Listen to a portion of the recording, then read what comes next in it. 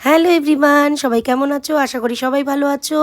তো দোলের দিন সারাদিনটা আমি কি খাওয়া দাওয়া করলাম চলো তোমাদের সাথে এই ভিডিওর মারফতে একটু শেয়ার করে নিই।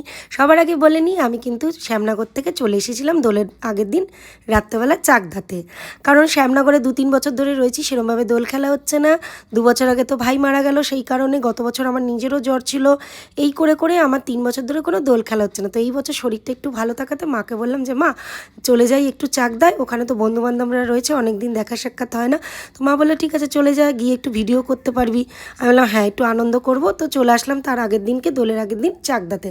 তো এসে কি খাওয়া দাওয়া করলাম চলো তোমাদের সাথে শেয়ার করি। ঘুম থেকে উঠে মুখ টুক ধুয়ে নিয়ে বানিয়ে নিয়েছিলাম পরোটা, আলুর তরকারি আর ডিম সিদ্ধ। এটা কিন্তু আমি নিজের হাতে বানিয়েছি, যদিও এই ভিডিওটা করা হয়নি, কিন্তু বানিয়েছি কিন্তু নিজে। তারপরে চলো রান্নার প্রিপারেশন শুরু হয়ে গেছে। এদিকে কমলা মাসি আমাদেরকে কিন্তু শাক বেছে দিচ্ছে, পাট শাক। আর এইদিকে আমি মাটনটা ধুয়ে গরম জল দিয়ে ভালো করে টক দই দিয়ে ম্যারিনেট করে সমস্ত কিছু প্রিপারেশন রেডি করে নিয়েছি। আলু, আদা, পেঁয়াজ, রসুন, কাঁচা লঙ্কা, টমেটো সমস্ত কিছু প্রিপারেশন রেডি করে নিয়েছি একেবারে। কারণ এবার আমি মাটনটা রান্না করব কাঁচা লঙ্কা দিয়ে, কিন্তু মাটনের রেসিপিটা তোমাদের সাথে আমি অন্য ভিডিওতে অবশ্যই শেয়ার করব। শুধু শেয়ার করছি যে কি রান্না করেছি আর কি খাওয়া দাওয়া, সেই জন্য অল্প করে তোমাদের সাথে শেয়ার করছি ভিডিও। তো এই দেখো কষিয়ে কষিয়ে একেবারে কাঁচা লঙ্কা দিয়ে মাটনের ঝোল করে নিয়েছি লাল লাল করে। দেখো কত সুন্দর হয়েছে কালারটা। তো যাই হোক, এইদিকে তো গ্রহণ পড়ে যাবে, তাই জন্য একটু তাড়াহুড়োও করছি। সকাল সকাল উঠে রান্না বসিয়ে দিয়েছিলাম। আর এই দেখো পাশের বাড়ি একটা বাচ্চা এসে আমাকে আবির মাখিয়ে দিয়েছে। আমি রেডি আবির খেলবো বলে, কিন্তু আমি খেয়ে দে তারপরে খেলবো, কারণ সব বন্ধুবান্ধবরা বললো আগে খাওয়া দাওয়া করে নিই, তারপরে যেহেতু গ্রহণ পড়বে।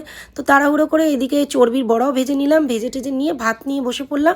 এদিকে মেনুতে ছিল সাদা ভাত, পাট শাক ভাজা, গন্ধরাজ লেবু, তারপর হচ্ছে চর্বির বড়া, আর এদিকে আমার ফেভারিট চর্বির পিসগুলো নিয়ে বসে পড়েছি খাসির মাংসের, আর এদিকে চাটনি টমেটো আর তেঁতুল দিয়ে।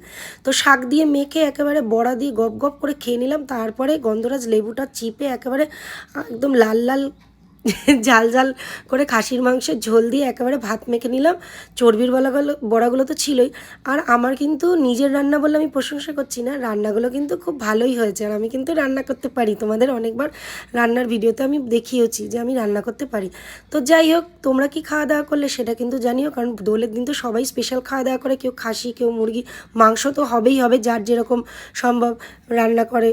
তো যাই হোক, ভিডিওটা কেমন লাগলো তোমরা কিন্তু শেয়ার করো, আর বলতে ভুলো না কি খাওয়া দাওয়া করেছো। ভালো লাগলে লাইক কমেন্ট শেয়ার করে দিও। পরে আবার বাকি ভিডিও আছে দোল খেলার, কি কি খেললাম কি করলাম সেই ভিডিও অবশ্যই তোমাদের শেয়ার করবো। এখনো মতো টাটা।